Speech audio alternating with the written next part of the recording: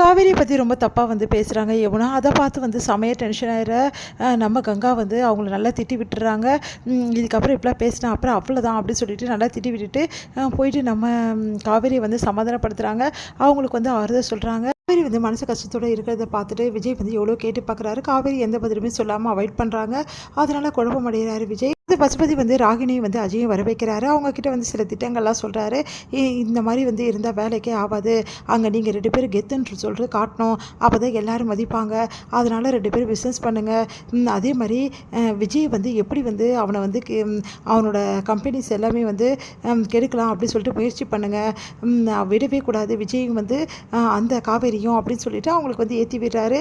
சரின்னு சொல்லிட்டு அஜய் வந்து சீக்கிரமாகவே வந்து நான் உங்களை பெருமைப்பட வைப்பேன் மாமா, நான் பிஸ்னஸில் முன்னுக்கு வந்து காட்டுவேன், என் அண்ணன் வந்து அந்த விஜயோட வந்து நான் தான் கெத்துன்னு காட்டுவேன், நல்லா வாழ வைப்பேன் ராகினியை அப்படின்னு சொல்லிட்டு சொல்கிறாரு. அடுத்து வந்து இங்கே என்ன பண்ணுறாங்கன்னா ரொம்ப டென்ஷனாக இருக்காங்க நம்ம நிவேதா என்ன பண்ணுறாங்க, ஒரே டென்ஷனாக இருக்காங்க. அந்த ஃபோட்டோ பார்த்துட்ருக்காங்க. அவங்களுக்கு பழைய ஞாபகங்கள்லாம் ஒன்று ஒன்றா வர ஆரம்பிக்குது. டாக்டர்ஸ் கிட்ட சொல்கிறாங்க, இந்த மாதிரி நான் ஒருத்தரை விரும்பினேன் ஆல்ரெடி அப்படின்னு சொல்லிட்டு நடந்த விஷயங்கள்லாம் மீட் பண்ணது நம்ம வந்து விஜய், அதுக்கப்புறம் வந்து அவர் கூட இருந்தது, அதுக்கப்புறம் பழகினது எல்லாத்தையுமே வந்து சொல்கிறாங்க. அதெல்லாம் கேட்டு வந்து எல்லாத்தையும் கேட்டுட்ருக்காங்க. அதே மாதிரி தன்னோட பேர் வந்து நிவேதா கிடையாது அப்படின்னு சொல்லிட்டு சொல்கிறாங்க. அதை கேட்டு எல்லாருமே அதிர்ச்சி அடைகிறாங்க. இங்கே வந்து என்ன பண்ணுறாங்கன்னா ஷூட்காக வந்து கூப்பிடுறாங்க. நம்ம வந்து கூப்பிட அதிர்ச்சி ஆகுறாரு. நிஜமாவா அப்படின்னு சொல்லிட்டு விஜய் கிட்டே கேட்குறாரு. ஆமாம், உங்களுக்கு வந்து ஒரு ஷூட் வந்து வாங்கி கொடுத்துருக்கேன் சினிமாவில், நீங்கள் நடிக்க போகிறீங்க, என் ஃப்ரெண்டு தான் வந்து இதுக்கு எல்லாமே வந்து அரேஞ்ச் பண்ணா அப்படின்னு ரொம்ப தேங்க்ஸ் ப்ரோ அப்படின்னு சொல்லிட்டு சந்தோஷப்படுறாங்க. சரி ஓகே, நீங்கள் வந்து போய் பாருங்க என் ஃப்ரெண்டு அப்படின்னு சொன்னோன்னா அங்கே போகிறாங்க.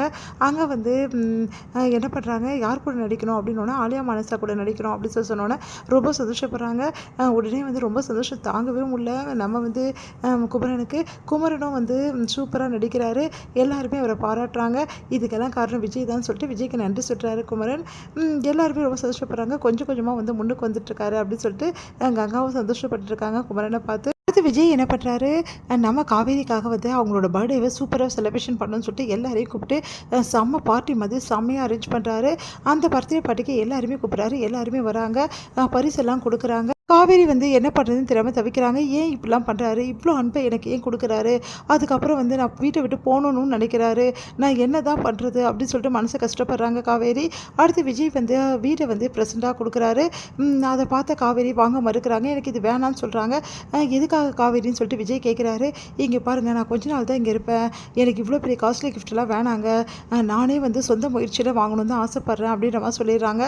அதுக்கு விஜய் வந்து இல்லை, உன் மனசில் எதுவும் இருக்குது சொல்ல மறுக்கிற, என் மேலே உனக்கு என்ன கோவம், நீ கொஞ்ச நாளாகவே என் மேலே கோவமாக இருக்க அப்படின்னு சொல்லிட்டு கேட்குறாரு. காரணத்தை சொல்ல மறுக்கிற வந்து காவேரி வந்து இழுத்து வந்து சொல்லி தான் ஆகணும்னு சொல்லிட்டு கட்டாயப்படுத்தலாம். காவேரி வந்து எல்லாத்துக்கும் காரணம் நீங்கள் தாங்க எல்லாத்துக்கும் காரணம், என் மேலே வந்து இவ்வளோ அன்பை கொட்டுறீங்க ஆனால் நடிக்கிறீங்க அப்படின்றாங்க. அது கேட்டு அதிர்ச்சி அடைகிறேன். நான் நடிக்கிறேன்னா ஆமாம், இதெல்லாம் நடிப்பு தான், எல்லாமே நடிப்பு தான் சொல்லிட்டு அழுகிறாங்க.